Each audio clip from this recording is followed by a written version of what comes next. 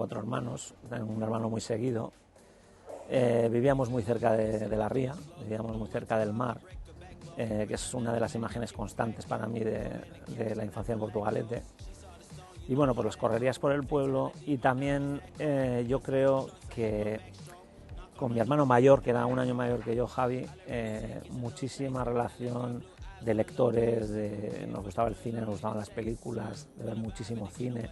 A mi madre también le encantaban los clásicos, y en ese sentido fuimos una familia que tenía una vena cultural. Mi hermana es pianista, mi madre era pintora, mi hermano pequeño ahora mismo se dedica al cine, y de los 4 hermanos hay uno que es economista, los demás hemos salido todos artistas. No es que quisiera ser escritor, pero el hecho es que escribía, contaba historias, tenía una facilidad para contar historias. No solo eso, yo recuerdo que las escribía, no eran solo historias orales, eran historias escritas, dibujadas, yo las ilustraba también, me gusta mucho dibujar. Llegaba al punto de crear una portada y ponerle un precio, le ponía 5 pesetas a mis cuentos, y se los vendía a mis padres, ¿no? Entonces ya tenía alma de escritor y de editor casi. Yo me enamoré de la idea de ser músico, yo creo que fue la primera gran pasión que tuve, ser estrella de rock, y durante muchísimos años me dediqué a escribir otras cosas, canciones, ¿no? Poesía, canción. Lo que pasa es que este proyecto del rock, bueno, pues en algún momento o yo me aburrí o él se aburrió de mí, y comencé a viajar, viví en el extranjero casi una década, y en esa década fue cuando yo me curtí como escritor, empezando con pequeños relatos y siguiendo con novelas. Y así es como más o menos empecé, y me di cuenta de que me salía bien, y mucho más tarde me di cuenta que podía vivir de ello.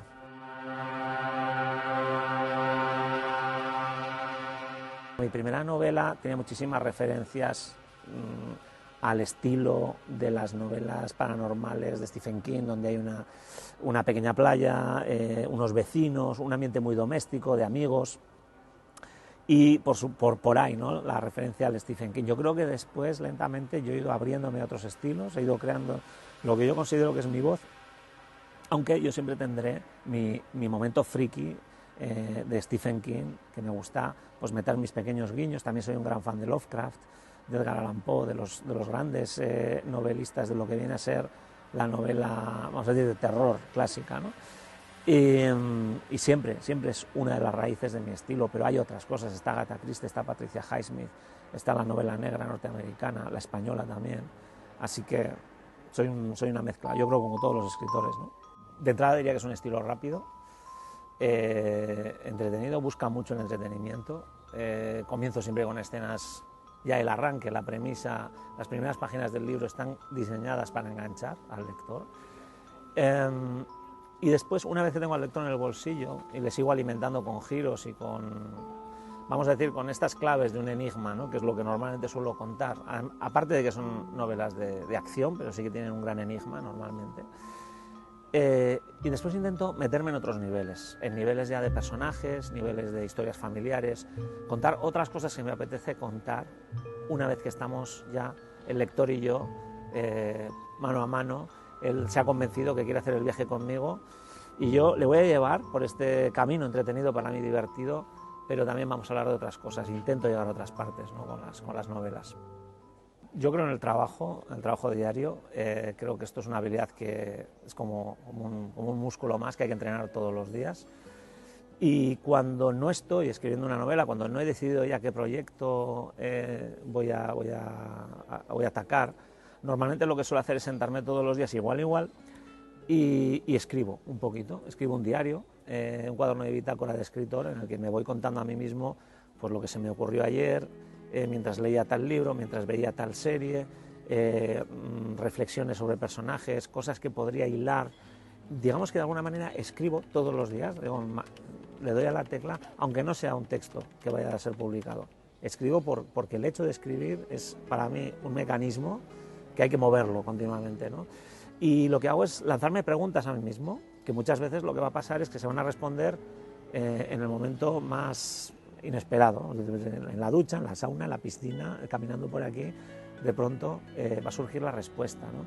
Y creo que las novelas al final son ideas muy complejas, ideas súper complejas, que necesitan muchas piezas para componerse, Y lo que un escritor tiene que hacer continuamente es eso, buscar, ¿no?, las respuestas, hacerse muchas preguntas para que lleguen las respuestas más tarde. Así que eso es lo que hago mientras no estoy escribiendo una novela. E incluso cuando estoy escribiendo una novela también lo hago, quiero decir, aunque esté metido ya en lo que es el desarrollo de escenas, siempre tienes estos 20 kilómetros por delante, 20 páginas o 30 páginas por delante, que las tienes que ir planeando, y es ese proceso constante de me quedo con esto, no me gusta esto, voy a poner este personaje aquí, allá. Es, digamos, en ese momento cuando escribes es un momento muchísimo más tenso, muchísimo más acelerado, el cerebro corre más deprisa, normalmente en mi caso suele durar 6 meses de pura esquizofrenia. Y después, cuando termino, pues necesito un enfriamiento de la maquinaria y para empezar otra vez lentamente con lo siguiente. Todo lo que sirva para mover la imaginación. Puede ser escribir en un memo, en un cuadernito, hacer dibujos, contar las cosas en voz alta. Me tomo un café con mi hermano o estoy en casa con mi chica y le cuento lo que tengo planeado. Escribo, hago ensayos de texto, hago ensayos de diálogos, de todo lo que sirva para mover la imaginación y suscitar estas respuestas que estás buscando, me parece un gran método. Este escritor, que es Miguel Gane, que es el poeta que me mandó sus teorías, ¿no?, de por dónde iba, en realidad lo que está jugando es otro juego que yo propongo, ¿no? Cuando estoy escribiendo una novela, cuando termino una novela, o cuando me planteo una novela, mejor dicho, tengo la idea de los dos caminos, ¿no? Por un lado está el camino que le voy a proponer al lector que siga, que es, esta es la historia, aquí empieza, por aquí van los personajes, este es el primer enigma, el primer giro, el segundo, el tercero, pero después el lector también juega a su propio camino, que es las apuestas, las expectativas que él se va haciendo sobre de qué va la historia, si hay un asesino, si no hay un asesino, quién es el muerto, por qué lo mataron. Todas estas preguntas es un juego entre el autor y el lector que yo alimento y además lo planeo, lo planifico. Y cuando este lector me envió el diagrama, yo le decía, pues mira, vas muy bien porque vas por la página 200 y pico y ya tienes esta teoría, está muy bien, no estás lejos. Y esto me gusta, ¿no? Me gusta plantear este juego y por supuesto me gusta ganarlo. Digamos que hay muchísimos inputs de las redes sociales que no puedes atender, pero siempre intentas estar. Yo concretamente con el email tengo conversaciones y tengo lectores con los que ya tengo una relación de años, que nos vamos escribiendo, cada vez que se lee una nueva novela, me quieren comentar algo. Prefiero el email para comunicarme, porque es más natural en mí escribir un ratito, pero bueno, las redes están muy bien también para esto. Nosotros creamos relatos efectivos, relatos que están orientados a generar entretenimiento, tensión, incertidumbre, ¿no? Y nosotros hacemos una historia que cuadra, pero la realidad son historias, vamos a decir, que no acaban de cuadrar muchas veces, ¿no?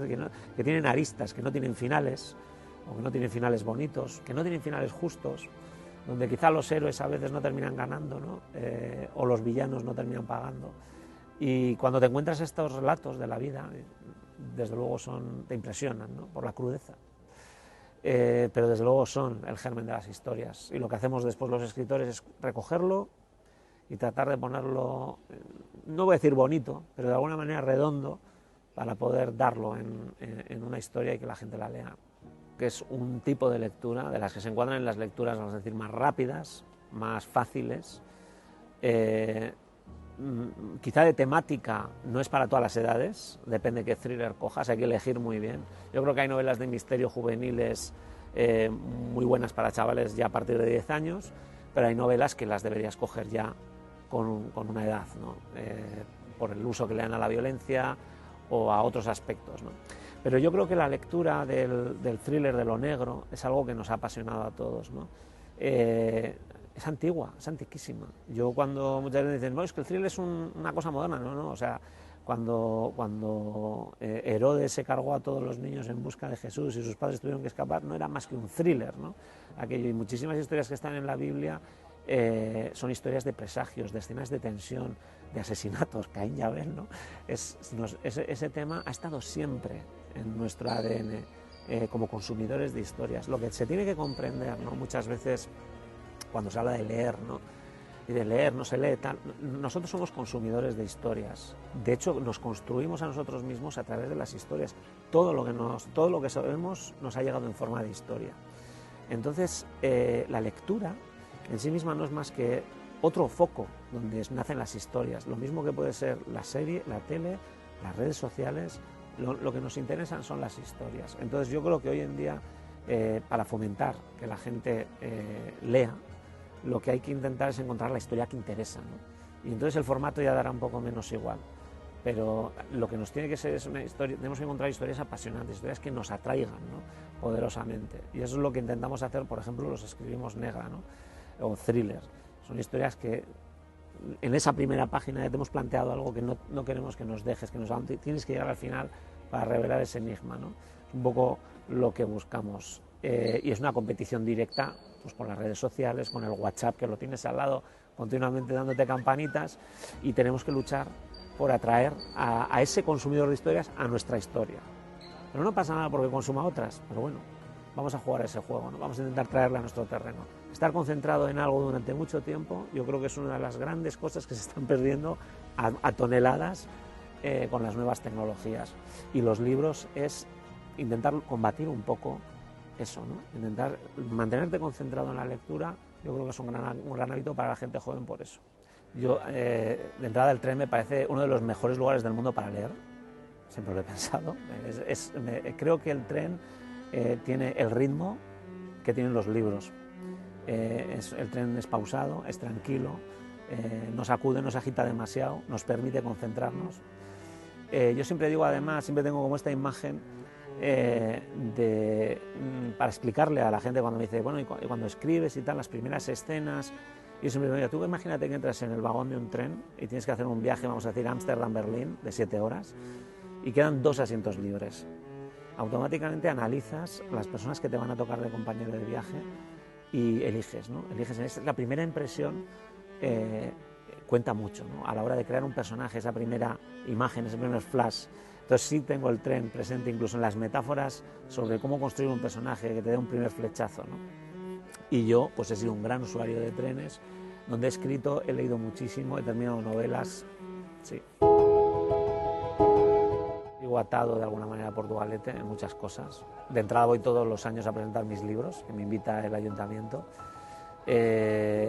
Para mí es volver a mi infancia. Es una ciudad en la que yo viví hasta los 15 años, y todavía pasear por el muelle, oler el mar, ver el puente colgante, darme un paseo por aquellos lugares en los que empezamos a hacer nuestras correrías, tanto de niños como de jóvenes, pues sigue siendo, pues eso, mover la caja de los recuerdos y esos aromas que surgen, ¿no?, de la familia que has dejado atrás, que ya no está y que te encanta volver a recordar, ¿no? Me sentía libre, capaz, diferente, había mudado de piel, estaba en una ciudad diferente, había dejado atrás un montón de complejos y dificultades, y estaba como estrenándome de nuevo con esto de ser escritor también. Y sí, lo tengo muy claro.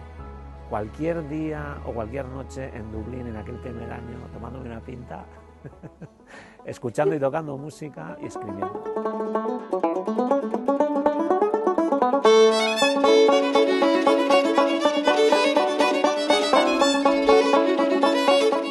La primera ciudad que fue Dublín era una razón práctica. Yo me dedicaba al mundo del software, a pesar de que no estudié informática, pero yo era muy fan de la programación de niño. Y bueno, pues a mí me pasó esto del vente para Alemania, Pepe. O sea, yo tenía un amigo de Bilbao que se fue a vivir a Irlanda y le empezó a ir muy bien.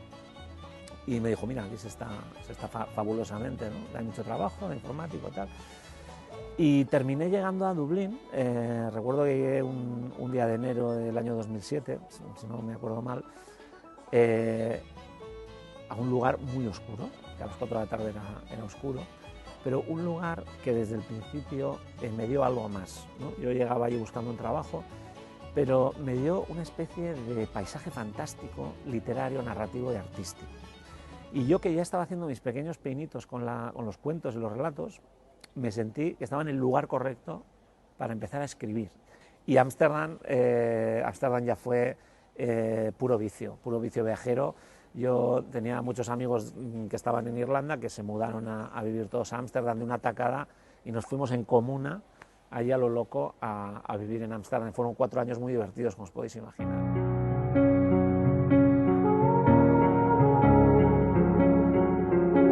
Y después es cierto que este regreso a tu lugar de origen, donde sigues viviendo en ese mundo en el que ni eres de allí ni eres de aquí, te quedas en una especie de nube, de limbo flotante. La gente que hemos vivido fuera, tenemos esa especie de síndrome de que no llegamos a aterrizar, ¿no?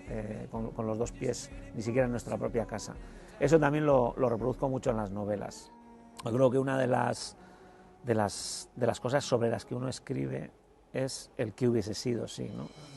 Es una de las cosas sobre las que todos reflexionamos, ¿no? ¿Qué hubiese sido de mí si en aquel momento de mi vida, en vez de ir para allí, hubiese ido para aquí, ¿no? Y en plena noche yo me hago la reflexión de qué hubiese sido si la noche de 1999, en la que yo toqué con mi banda para un productor que venía a vernos, muy interesado en nuestra música, si la respuesta hubiese sido diferente, si nuestra reacción hubiese sido diferente, ¿no? El caso es que sí que fue un giro en la vida, ¿no? Y la vida está llena de giros como en las novelas. Hay un minuto en tu vida que te puede llevar tu historia por un derrotero completamente diferente, ¿no? En la novela de Diego dejo mucho de mi biografía como músico, rockero, de locales, maquetero, ¿no? Con la furgoneta tocando aquí y allá, persiguiendo sueños, ¿no? Y en el caso de En plena noche, Diego triunfa, Diego se convierte en una estrella. Lo que sí le pasa es que tiene un evento traumático en su pequeño pueblo de origen, por el cual él no regresa nunca en 20 años, porque allí, digamos que fue el máximo sospechoso de la desaparición de su novia, ¿no? Después de un concierto, precisamente. Y el comienzo de la novela, como ya os podéis imaginar, es que Diego tiene que regresar. Bueno, a mí no me cuesta mucho esfuerzo pensar en situaciones fatídicas, fatales. Llevo toda mi vida haciéndolo. La verdad es que siempre he sido un poco paranoico en ese sentido, lo cual ayuda a imaginarte historias truculentas. Pero después hay una labor de documentación clara, ¿no? Si no quieres crear a un villano clásico, pixelado, vamos a decir, tienes que investigar, tienes que leer, enterarte, ¿no? de cómo funcionaban y tratar de intentar entender al monstruo, ¿no? Muchas veces es entender a un monstruo, muchas veces es entender a uno como tú, ¿no? Porque muchas veces en mis novelas los asesinos no son psicópatas, no son monstruos, son gente que ha asesinado por una motivación que se encuadra en las clásicas, ¿no? Los celos, la envidia, el deseo. Todos alguna vez hemos pensado, esta persona me la quitaría del medio, pero no lo hacemos, ¿no? Es la diferencia entre un asesino y una persona normal. Desde un punto de vista de construcción de los personajes, desde luego yo quiero alejarme del maniqueísmo, ¿no? de lo bipolar, ¿no? De hecho, en Entre los muertos comenzamos con una Nerea Ruti que está teniendo una aventura prohibida con un hombre casado, ¿no? Lo que a mucha gente pues, le puede parecer, ¿no? casi de taller de escritura, decir ten cuidado que no va a caer bien tu protagonista, ¿no? Mis protagonistas normalmente siempre tienen esa especie de deje de pequeño delincuente, de pequeño culpable, ¿no? Y esto entra en contradicción con esa otra parte de ella, tan reglada, tan formal. Ella abraza su trabajo, le gusta su profesión de policía y se genera muchísima tensión interna porque ella no está diciéndoles a sus compañeros toda la verdad, ¿no? Somos una mezcla de virtudes, también de pecados, de bondades, de culpabilidades, de sentimientos muy bajos que la sociedad nos dice que los reprimamos, ¿no? Y normalmente ese ocultar esta forma de ser que todos tenemos, estas pulsiones que todos tenemos, aunque sean negativas, es lo que construye para mí un personaje interesante, ¿no? Entonces, por mí, me gusta sumergirme en todo lo que puede haber dentro de un humano, sea bueno, sea malo. El programa que se llama Los 7 pecados capitales en el TV2, que se puede ver a la carta, además, en todas partes. Es un programa que cuando me hicieron la invitación era muy curioso porque lo que estaban buscando la productora era un escritor de novela negra que quisiera contar una serie de casos de crímenes reales ya históricos que han sido ya juzgados, sentenciados, ocurridos con un nexo común aquí en el País Vasco. Pueden ser o que el asesino es del País Vasco, o que la víctima es del País Vasco, o el lugar del crimen es el País Vasco. O sea, nos hemos movido, hemos estado en Zaragoza, hemos estado en Llanes, hemos estado en Burgos, entrevistando protagonistas de estos crímenes. Pues ya pueden ser los periodistas que lo narraron, los abogados que estaban en el juicio, las víctimas, los policías que lo investigaron.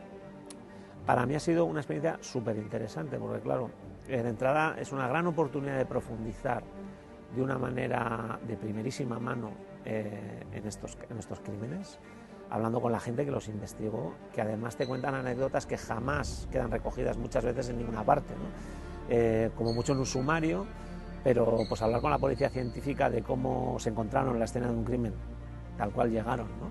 Tener la oportunidad de pedirle a una psicóloga forense de que te explique cómo realmente se encuentran las cosas cuando les llegan, y desde un punto de vista emocional, porque para los escritores lo interesante muchas veces es el viaje emocional de todos estos protagonistas. Quiero decir, ¿qué siente una médica forense cuando le llega un cadáver en determinado estado, ¿no? Cuando lo abre, ¿no?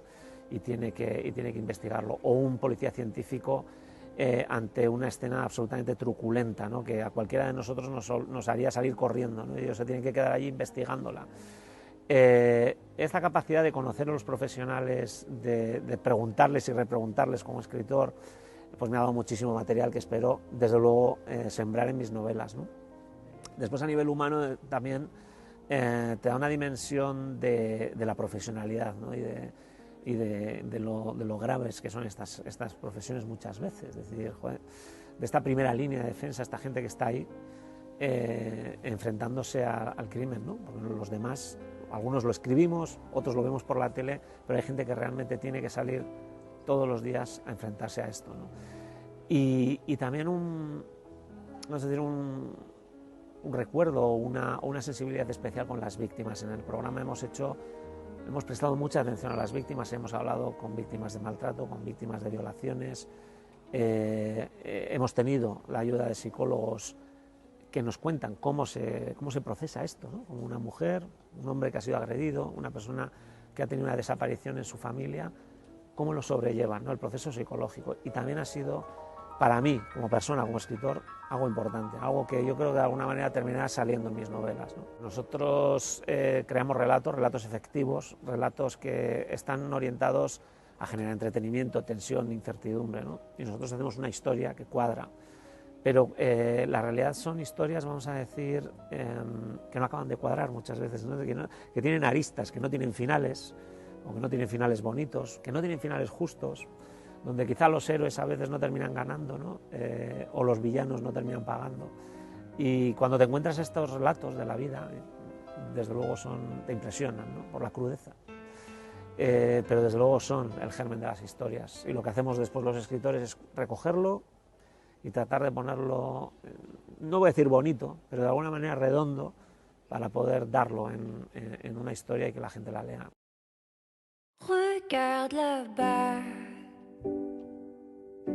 Leer un libro es como comer bien, para mí. Es decir, te nutre,